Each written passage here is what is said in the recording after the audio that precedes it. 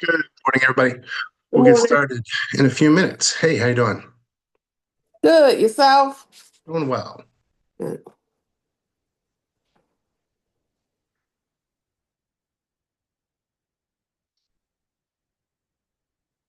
Trying to stay warm.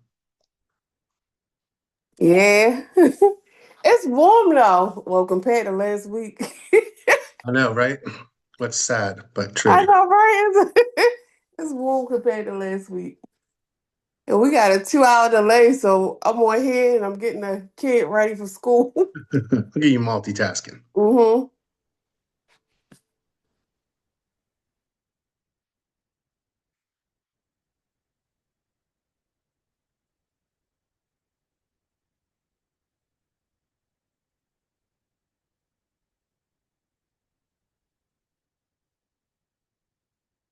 Got people rolling in. Probably give everybody like a little minute grace after the 9 o'clock hour too. Just we had like 30 people registered, so that was great.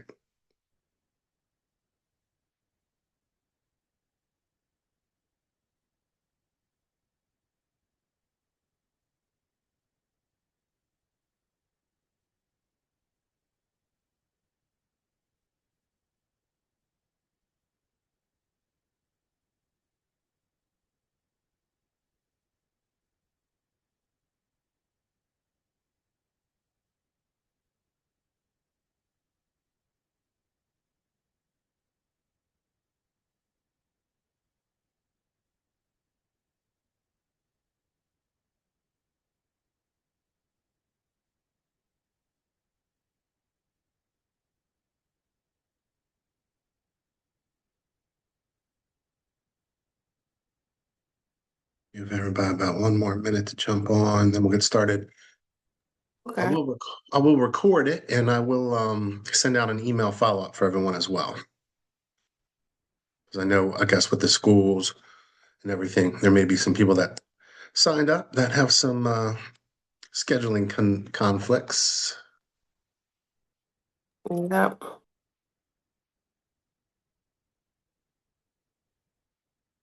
All right. Welcome, everybody. I will try to respect everyone's time. These sort of book club recaps usually take anywhere from like 20 to 30 minutes. So I try to cover some of the main points and just have sort of a general discussion about it as well. I'm going to start off with a little, again, this is being recorded. So I will send out a recording and an email follow up with some of the collateral about what we talk about and recapping the chapters that we cover as well. Appreciate everybody being on the call, taking time to invest in yourself. I think it's always a great opportunity when you can sort of increase your bandwidth by learning a little bit more. It's always positive when you're investing in yourself. So, got to learn to earn and, you know, tapping into other people's knowledge and experience through some of these books is a great way to do that. So I know this is one of Doug's favorite books. A lot of people around the office were talking about it. So Chris Voss, who wrote Never Split the Difference, is a master negotiator. I think he was a former FBI hostage negotiator, collaborated on this book. So there's a lot of really good nuggets, sort of takeaways from Never Split the Difference and then applying it to real estate. And what we do when we're negotiating, not only with other agents and cooperating agents, but we negotiate with customers and our clients, right? We even negotiate with ourselves sometimes when we second guess ourselves and things to that effect. So I want to start off by saying, we have some agents on from different brokerages. So I won't I'll spare you guys the antitrust statement from Maryland Realtors, but no conversations about actual commission rates. We're going to be talking in theory here about what it means to, you know, don't devalue yourself or your services and getting that full fee. Really what the book's about, but it's got some interesting takeaways, in my opinion. I really like how I don't agree with everything 100% in the book. I'll kind of talk about some of those differences, but in theory, and what I can tell you anecdotally within practice, my years of experience being a productivity coach and running a brokerage, there's some really, really good stuff in here and some of the golden nuggets. And obviously, the premise of the book, you want to be the favorite and not the fool. So we'll talk about that a little bit as well. Have most of you guys been able to at least dive into the book already? You have either the hard copy or you're listening to Audible. Today we're going over chapters 1 through 3. Most everybody started already, hopefully. If not, not a big deal. Got a yes. Excellent. Um, so again, when we're talking about anecdotally, we always know that saying that people work with people that they know, like, and trust. Um, some of the book is counterintuitive. Like you just don't want to go on a listing appointment if you just think that you're going to be the fool, so to speak. You don't have that rapport. You don't have any relationship equity with the people that you're going on. Again, I would never say don't go on a listing appointment if you have the opportunity, even from a learning state, just a learning perspective, kind of to sharpen your tool, your sword, and your skill set. Those are always advisable, I think. And then the more we practice, the better we get at things. But really getting to the core of just that concept that people work with people that they know, like, and trust is what this is all about. You can develop that rapport. You can pour into someone and build relationship equity long before you go on that listing appointment. And it's important to develop that relationship. We're in a relationship business, and agents that focus on creating relationships, that's your number one job within our industry, is to not be transactional. There are some agents that survive on transactional type business models. That is a hard grind. I'm not saying there's anything wrong with it. It's one model that works, and you have to kind of really keep reloading that pipeline in an aggressive way constantly. And it's a numbers game where, you have to have 100 leads for two of them to pan out, so to speak. And we all know those models that are out there. But if you want to operate your business on a really high level, a sustainable level, a referable level that's repeatable and also scalable, then it's really about investing in the time to create these relationships and incubate and nurture these relationships. So if you are purposeful about your database, your sphere of influence, and those different social media channels that you may be in charge of or utilizing, and building that rapport with people when it's time to go on those listing appointments or when it's time for them to refer you, it's a warm referral.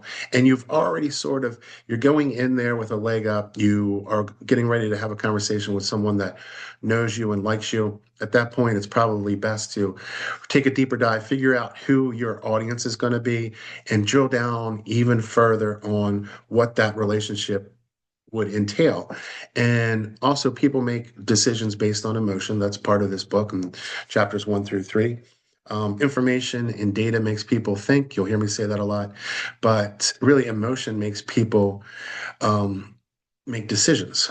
People base their decisions emotionally a lot of times. So we want to make sure that we have the data and the information to back up what we're saying and validate our space, ourselves in that space.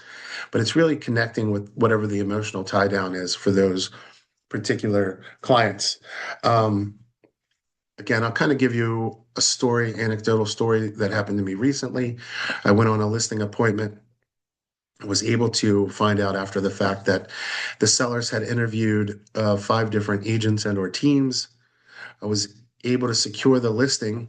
But one thing that really helped me, I happened to know ahead of time this particular seller was a scientist of all things. I knew a little something, was able to find out a little something about their family from a person that we both knew. We had in common a friend. So I understood a little bit about the makeup of the person. I understood about what was happening within their family dynamic. So I had two sides to work. I knew that probably as a scientist, the person would like a lot of information.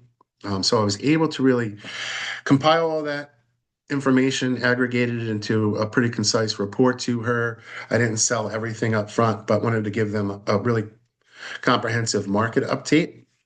She obviously loved the data, being a scientist, was able to give her everything.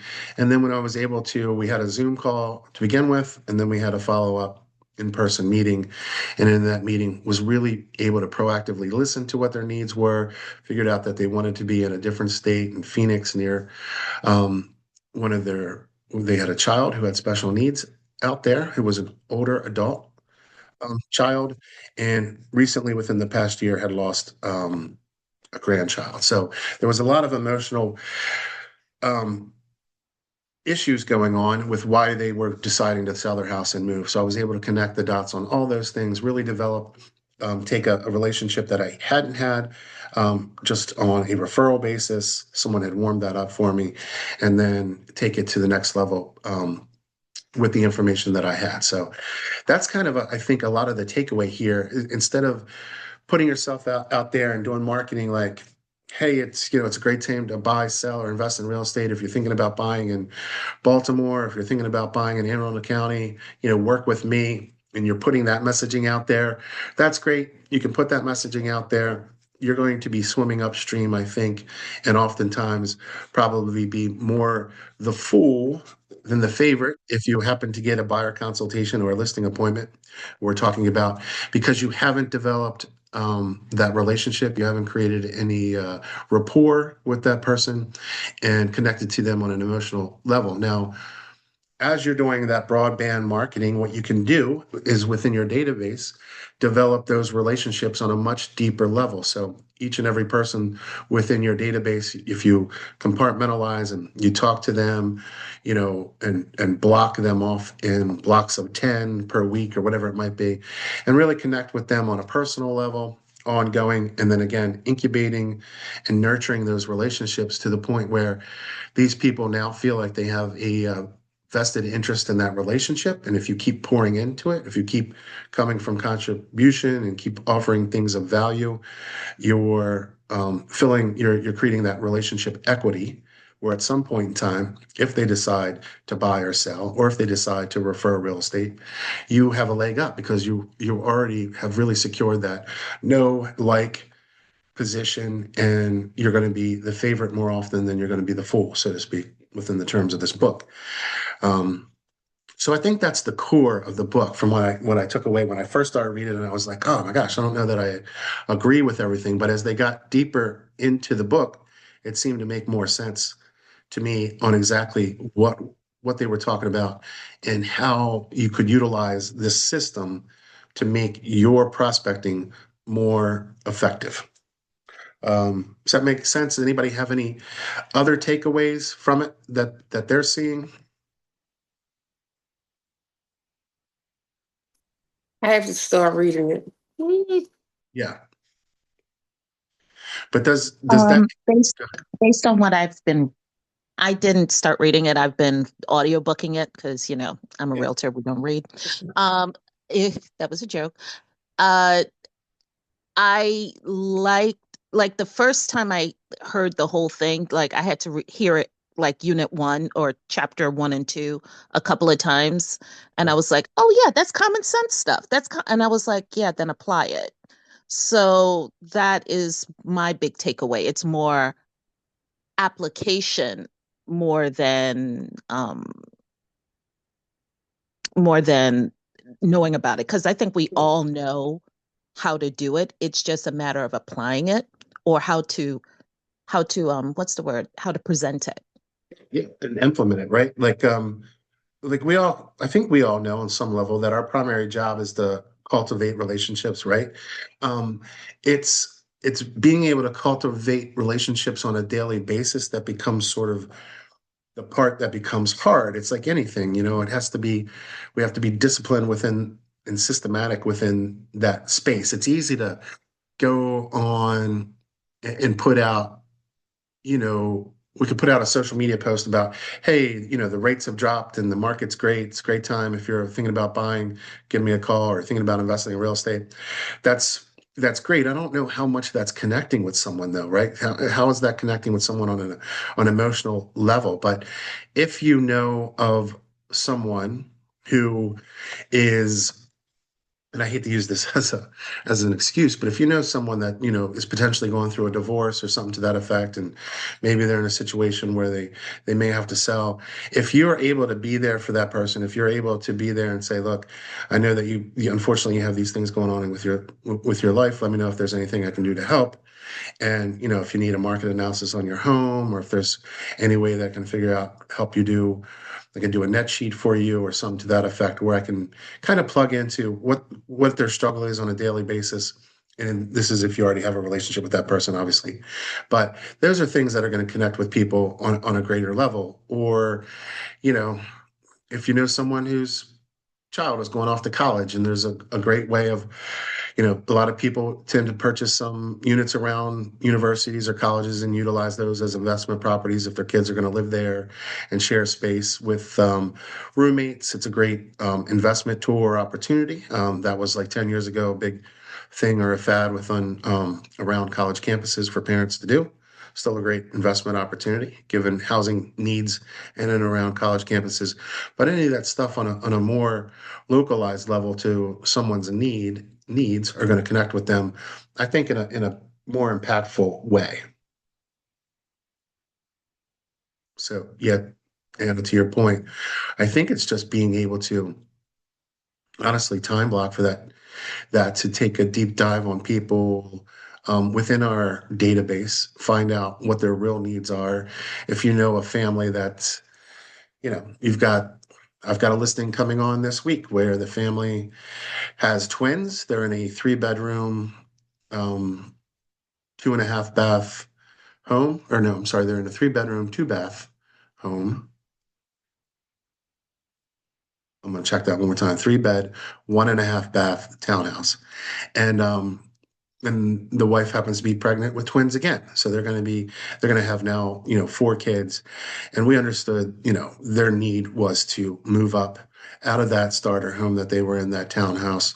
So I was able to really connect with them on, hey, let's start looking. We started the process. Let's figure out what we need to do in order to get you to that next chapter in life. But it would be hard to do that from a cold perspective if I hadn't known them. But if you're incubating those relationships and nurturing those relationships, those conversations are much easier. Um, One of the things, and this may go in, I think actually this is going to go into chapter 4, so I won't really talk about getting the elephants out early, but and that ties into like having these fierce conversations about issues. Let me see here. What else did we cover in chapters 1 through 3? And this is true. And I found it to be the case, the theme for, chapters 1, where most listings are decided before you ever walk in the door. And that's just kind of the hard truth, the reality about it. And again, we up our odds. If we're in Vegas, we increase our odds of capturing that listing if we, on some level, have developed that relationship with that person before we step foot in the door. We can do that over the phone or on a Zoom meeting as we're doing our seller intake. Please take time to have a seller intake. Find out, drill down, make it a discovery conversation where you're asking some questions, but you're really letting the potential client talk, and you're listening. You're doing that proactive listening. You're trying to figure out. I love the acronym FORM or FORD: family, occupation, recreation, motivations, or dreams. Find out what their real motivation is. What do they have going on? I just like to start the conversation. So tell me a little bit about what you have going on, and what your goals are. And that leads into a very productive conversation because you start getting at the core of emotionally why they're looking to move. A lot of times it's not for economic reasons, it's for quality of life, or there's something else going on. And then if you can tap into that emotional trigger or lever, then it's much easier for you to frame the entire conversation, listing appointment, buyer consultation around what their needs are. So that's very important. But we spend a lot of time here locally at our brokerage talking about building your brand, understanding what your niche is, because you really want to do that long tail concept of marketing.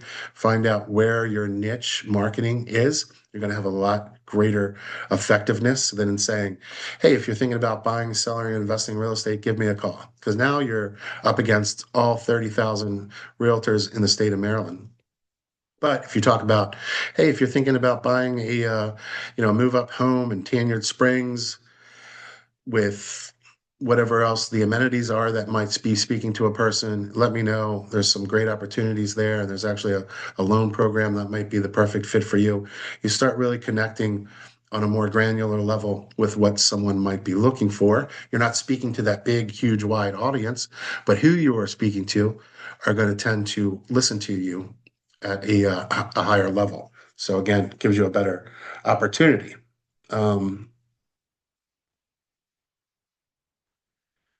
let's see what else we have. And I think when, the thing that I say, the thing where I may differ again in the book is maybe they will say, just don't go on the appointment if you think yourself to be the fool instead of the favorite.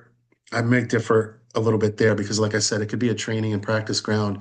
And what I would encourage everyone to do, and this is again being purposeful, treating your business like a business, figure out how many buyer consultations you're having. Those are conversations that hopefully will turn into a buyer consultation. Same thing with conversations that turn into a listing appointments.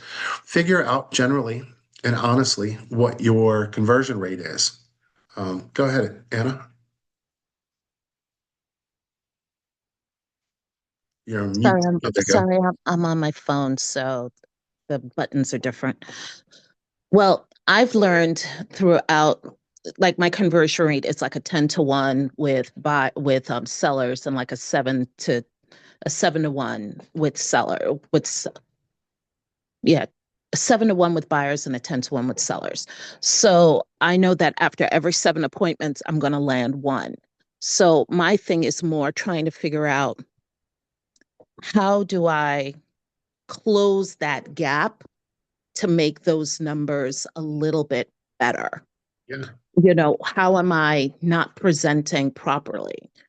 Or not, I shouldn't say properly. How am I not connecting with the client better so that I can close more clients? understood. I think that's the core of what this book is about, right? Knowing that information is half the battle.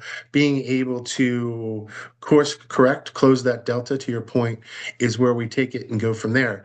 And then from that, I think what we have to do is maybe instead of relying on our natural instincts, our natural perceived talents, especially if you've been in the business for a while and you've got lots of experience, sometimes you think, oh, I don't think it's about the greatest buyer consultation on the planet or the most amazing listing presentation.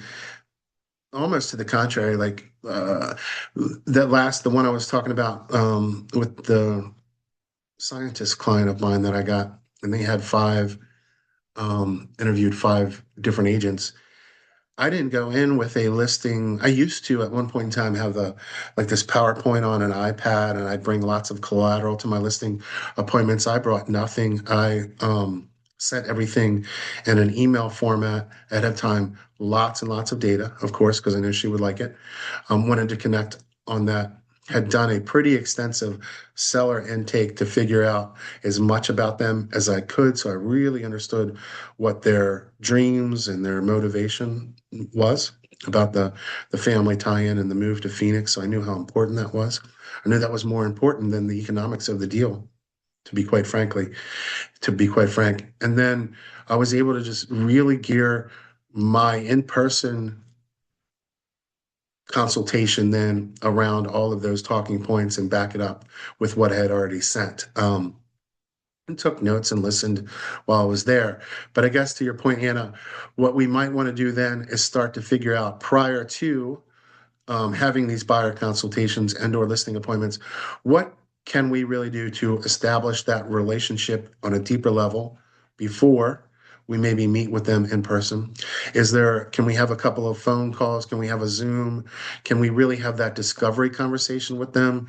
Can we get online, cyber stalk them a little bit, figure out what's important with them? You can tell a lot by someone's social media presence. If family is important to them, travel, whatever it might be, but sort of do sort of a personality assessment of the person that you're going to be engaging with. If we're familiar with DISC assessments or type A personality, type B personalities, understand who we're trying to communicate with.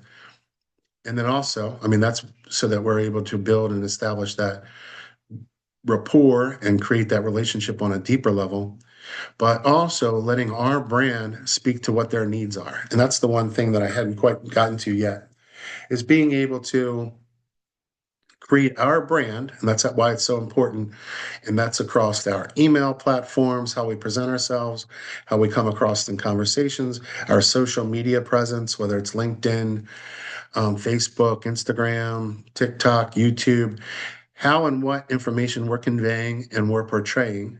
Hopefully, that's in alignment with what that consumer's needs are, so that now they're buying into our brand, so they trust us to be able to help them with what their real estate needs are. And we've already established that they know and like us because we've built that relationship out on a greater way. But I think that's how if we can focus a little bit more on being more relationship or relational within our engagement with the consumer prior to meeting with them, then it can be less transactional and we have a greater success rate and hopefully be the favorite and not the fool, so to speak. That was kind of my big takeaways from the first three chapters and kind of getting it off the ground. So trying to figure out what actually develops that trust and that rapport and how we can kind of create that emotional safety space between us and the consumer and really figuring out what their end goal is. We got to figure out, you know, we learn through family, occupation, recreation. We start to develop that rapport. They know like us, and then figuring out what their motivation, their dreams, their goals are. And then we really figure out how to connect the dots to what our value proposition, how we can service them, and how that ties into what their emotional goals are within this transaction or what their goals are. And we tie it down with what the emotional lever is in being able to connect all those dots. And that's a skill set, right? We have to work on it. It's not, some people are probably more naturally able to pull that off than others, depending on your emotional intelligence and what your skill set is from previous jobs or how you've cultivated your skill sets through the course of being a realtor. But it's a skill set like anything else. We have to work on it and refine it. But yeah, I think that's my takeaway on that. And then one of the core talking points, real estate is emotional, not logical. Makes sense.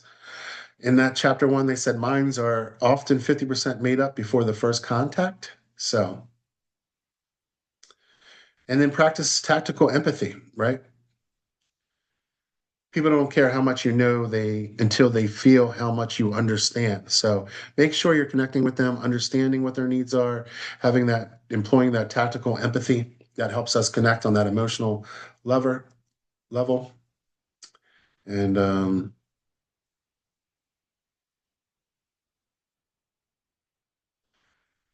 let's see, what else do we have? Hard to figure out the process so you're not giving away your consulting for free, but make sure you have a strategic process in place where you give them enough of you so that they're buying into and believing in your brand. Again, they know and like and trust you, but save the really, the granular portions, the pricing strategy and the marketing strategy for once they have agreed to work with you. If someone isn't committed to working with you, you shouldn't be all in committed to working with them and giving them all of your intel and everything that comes with your value proposition of working with you. Yeah, and then all part of that is protecting your commission, protecting your value and your worth. That's the whole point of the whole full fee agent book, right?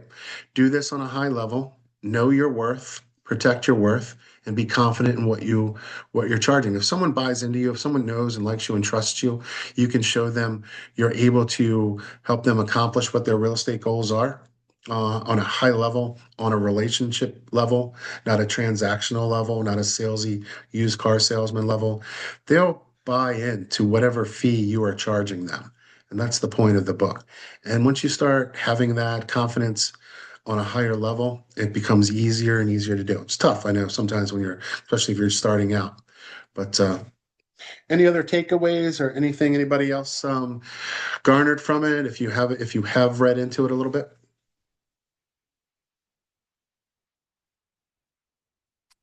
Hi, Greg. It's Tanita. I want to Anita. ask a question in regards to what you just recently said in the sense of your, like, I don't want to say, well, basically, what you have to offer in the sense of your marketing strategies and things like that. Mhm. Um, what would be a good time to share that information?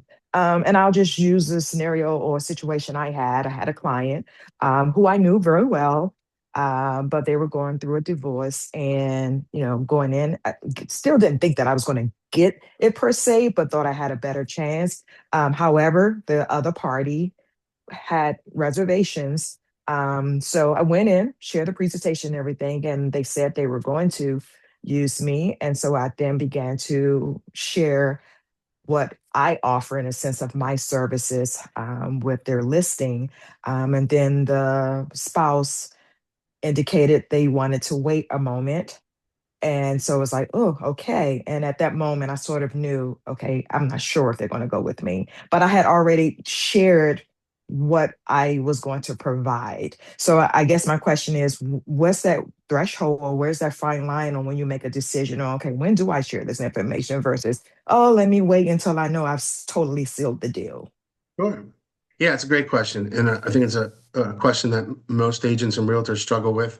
I will, in the email follow-up, share sort of what my outline will look like moving forward and even share some actual stories. But moving forward for me, it's securing that first phone call and that discovery conversation, doing a deep dive on a seller intake and asking a lot of questions, figuring out where they're at, a little bit more about the property, what their motivation is, again, what they think the property is worth. So getting as much as I can out of it. And that's a very telling time tell as well. A good tell is if someone's not willing to tell you what they think the property's worth, they're probably not bought into who you are, right? They're like, oh, well, that's your job, you tell me. But everyone has an understanding of what they think their home is worth. No, there's not one person that doesn't know what they think their home is worth. So if they're not willing to give that information up, that's a usually a tell that you're more in line with the fool than the favorite. But you give them, for me, it's about giving them a general market overview, where their home is located, what the market is doing, understanding some very basic staging recommendations, very generalized information, letting them know after we've done the seller intake that, if we commit to each other, then I get very much more granular on what my market analysis looks like. Up front, I may even give them a range. I let them know until we decide to work with each other, and then we'll drill down on a very specific price point, a very specific marketing strategy, a very specific staging strategy. I let them know that I use the best photographers within the business, the best videographers, without necessarily letting them know who we use, but I can give them samples of our work. And I'll even share what one of my comprehensive emails looks like about a different property for them to take a look at so that they can see, oh, this is what the final product looks like. It's very detailed, it's very in depth. There's probably less than 1 or 2% of agents that's going to give someone a final market evaluation the way I would on a home, because I've gotten to the point now where I used to have this high level process on a CMA, doing the CMA, and now I've taken all of that and I've incorporated AI into it as well. So my final marketing pricing reports are very, very all encompassing. And I'll share that I've done on another property with them so they can see what it would look like, the final proper product with them. But I think that's my strategy, is having those discovery conversations up front, giving them a general overview of what the market and process looks like. And then if once we're committed to each other, then I can show them um, or provide them with the exact report for their property marketing strategy moving forward as well. So it's very all encompassing. I'll give them a sample up front, but not on their property per se, just a general overview. And I'll put that in the email follow up. But does that make sense, Tanita? Yes, it does. Thanks so much. I appreciate it. Yeah. All right. the final line to close this session, we're not here to win more appointments, but we're here to win more decisions before the appointment ever happens. And I guess maybe going back to what you were talking about, Anna, we want to make sure that we're setting you up for success before you even go on those appointments so that, the deck is stacked in your favor and not against you. So let's think about how we can stack the deck in our favor prior to even going on these appointments.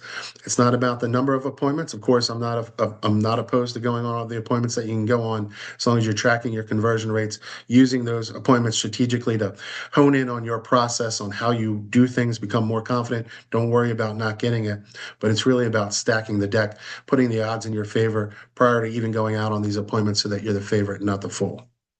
So that puts us a little over. We're at 9:34.